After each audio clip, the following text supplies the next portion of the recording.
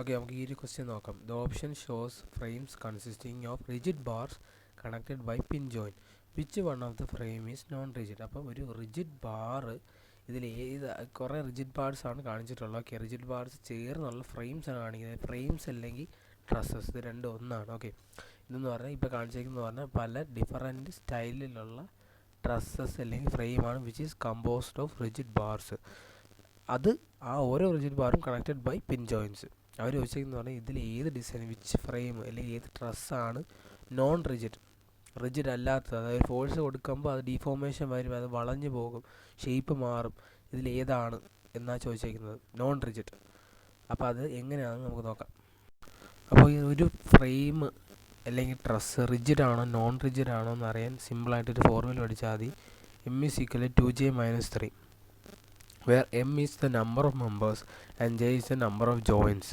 Okay, ഈ formula മാത്രം നോക്കിയാൽ മതി. അതിൽ M is equal to 2j minus 3 വരുവാണെങ്കിൽ, അല്ലാതെ LHS RHS ഈക്വൽ ആവുകയാണെങ്കിൽ അത് പെർഫെക്റ്റ് ഫ്രെയിം അല്ലെങ്കിൽ പെർഫെക്റ്റ് ഡ്രസ്സാണെന്ന് പറയാൻ പറ്റും.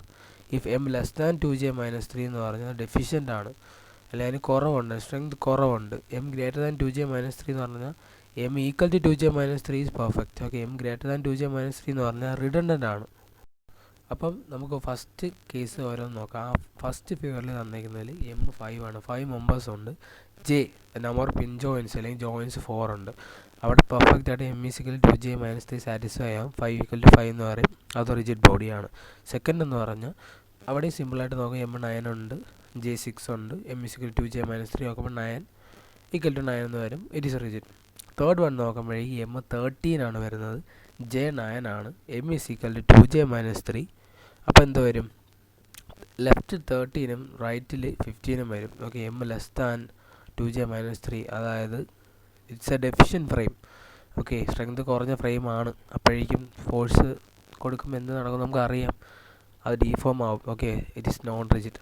നാലാമത്തെന്ന് പറയുമ്പോൾ M 13, J 8, M is equal to 2j minus 3 satisfy ആവും, 13 equal to 13. അപ്പം തേർഡ് വൺ ആണ് എന്താണ് നോൺ റിജിഡ്. പിന്നെ ഇത് എഴുതിയിട്ടില്ല, പക്ഷേ അഡീഷണലായിട്ട് നമ്മൾ ഓർക്കേണ്ട ഒരു കാര്യം, ഈ ക്വസ്റ്റ്യൻ ഈ ഫോർമുലയൊന്നും ഇല്ല, സിമ്പിളായിട്ട് ചെയ്യാം. ഒറ്റ കാര്യം അറിഞ്ഞാൽ മതി, ഒരു ട്രയാങ്കുലർ ഷേപ്പ് മൂലം കംപ്ലീറ്റ്ലി ഫോം ചെയ്ത ട്രസ് ഓർ ഫ്രെയിമിന് അത് റിജിഡ് ആയിരിക്കും, അല്ലെങ്കിൽ കംപ്ലീറ്റ്ലി ഇക്വിലിബ്രിയത്തിൽ ആയിരിക്കും. ഇക്വിലിബ്രിയത്തിൽ ഇരിക്കുന്നതാണ് ആകുമ്പോഴാണ് റിജിഡ് ആവുന്നത്. ഓക്കെ, ഒരു സ്ക്വയർ ഷേപ്പ് വരുവാണെങ്കിൽ അത് റിജിഡ് അല്ല, അല്ലെങ്കിൽ ഇക്വിലിബ്രിയത്തിലല്ല. അപ്പോൾ ഈ ഫുൾ ഫിഗർ നോക്കുകയാണെങ്കിൽ ആകെ സ്ക്വയർ ഷേപ്പ് വരുന്നത്, അതാണ് ട്രയാങ്കിൾ വരുന്നത്, തേർഡ് വൺ മാത്രമേ ഉള്ളൂ, ബാക്കി എല്ലാം ട്രയാങ്കിളാണ്. അപ്പോൾ അങ്ങനെയും നമുക്ക് സിമ്പിളായിട്ട് ഒന്നും ചെയ്യാതെ നോക്കാം.